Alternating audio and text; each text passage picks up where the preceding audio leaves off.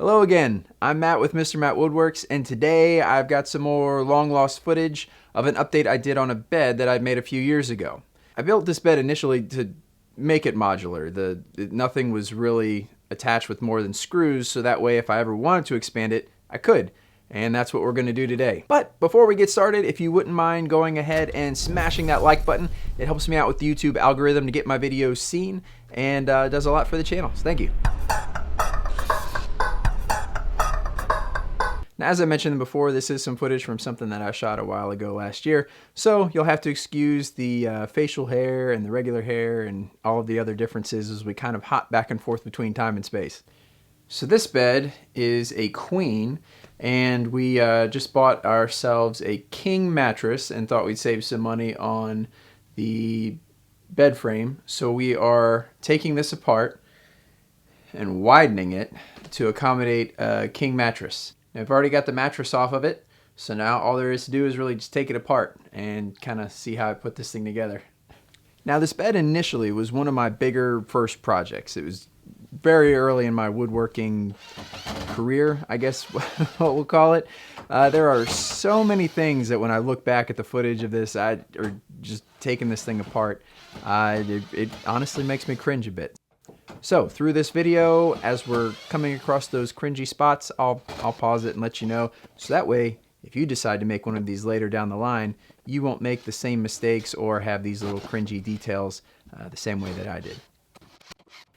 Now to get things started, I just need to take this apart. Basically, just remove those 2x4 cross pieces between the two platform halves.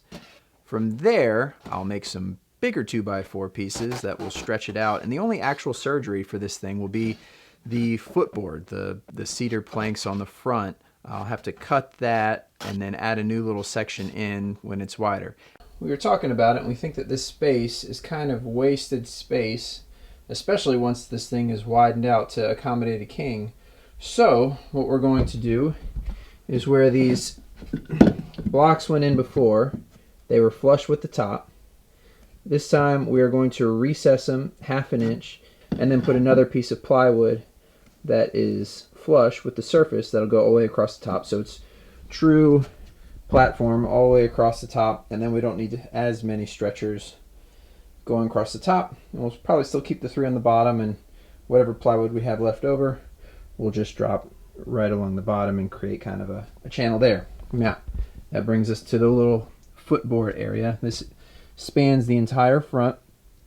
So what we'll likely do is just cut this one right at the edges here and then take some new wood and make a little door there so we have access, and hopefully we can match the stain good enough to where it looks seamless like it did before.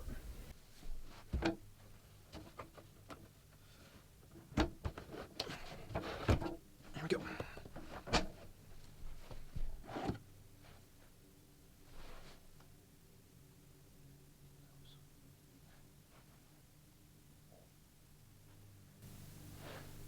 Kind of getting an idea of how I put this thing together. We got this little face frame on the front here, and I've got a couple screws that were holding it on up front, and then looks like I've got to get these off. These aren't really doing that great of a job holding this thing on here anyway.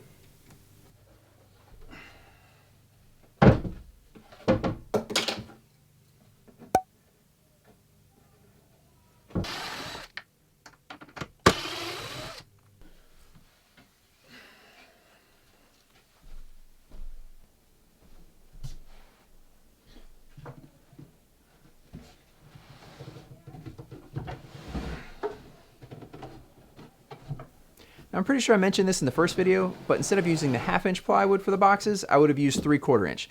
That would have made this thing a whole lot more sturdy, and you can see here my wonderful idea to add some inch thick decking material underneath here, and just, you know, the steps that I had to add to this thing because I just didn't want to spend the extra money on 3/4 inch plywood. Don't make that mistake. Spend a little bit more. You don't have to use decking material. And while we're at it, some edge banding along those plywood edges would have been nice as well. You don't ever see this except for when you open the drawer, and then you can see just a little bit of the edge there. Not a really big deal. I'm the only person that's going to see it. But you know, if you're making this for somebody else, you want it to be crisp and clean and look nice. Where ever there's going to be exposed wood, so some edge banding would have been... All right, pause it right there. Pause it right there. Here you can see on the underside of this thing the pocket holes. If I did this again, I would have had that 2x4 frame flipped so that the pocket holes were against the bottom of the platforms. That way you wouldn't see them even if the bed was flipped over or, you know, if we were moving it. I also would have probably taken a little more time sanding this. You can still see the stamps from the factory that these 2x4s were processed in.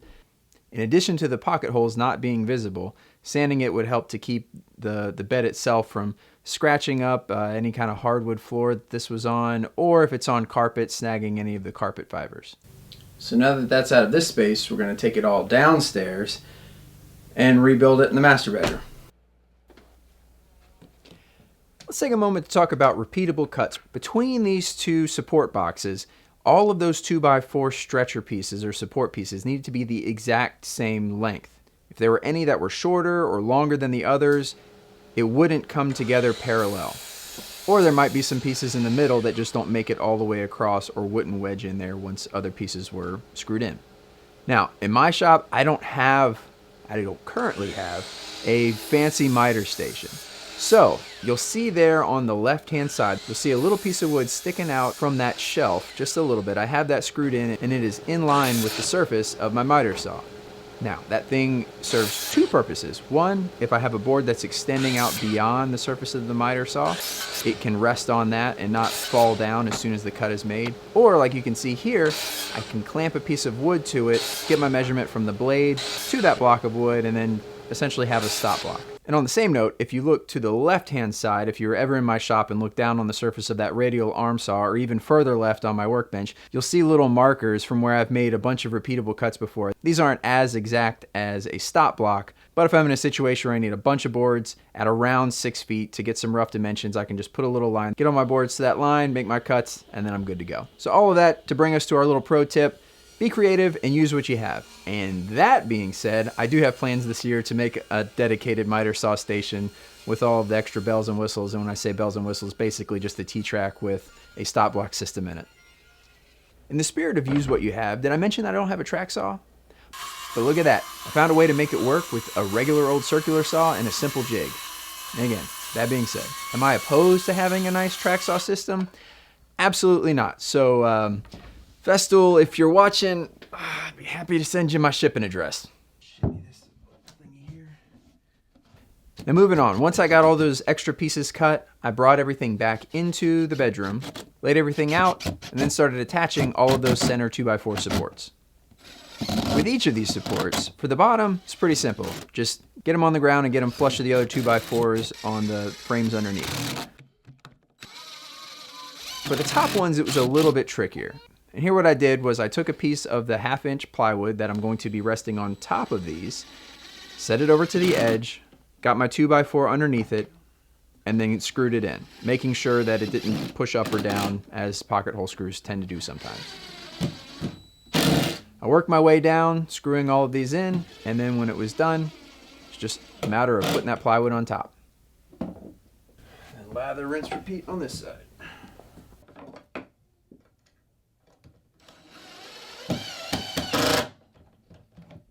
Now, I did get a little bit ahead of myself here by putting the top supports in before I got the bottom plywood in place. So we had to do a little more problem solving, pull the bed away from the wall, slide it down at an angle. Once we got in there, we could back it up and then stomp it to place, and it was good to go.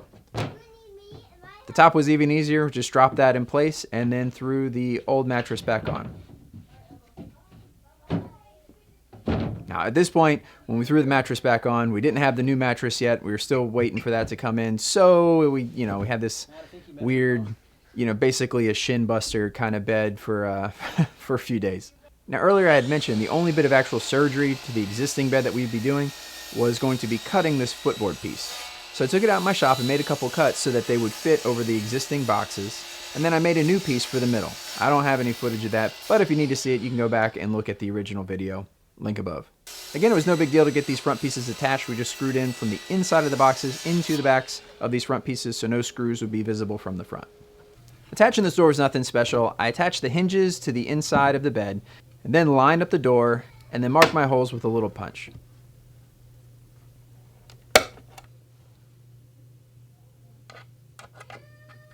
And then from there, and of course off camera, I pre-drilled the holes and then brought it back over, screwed the door in, and we were good to go.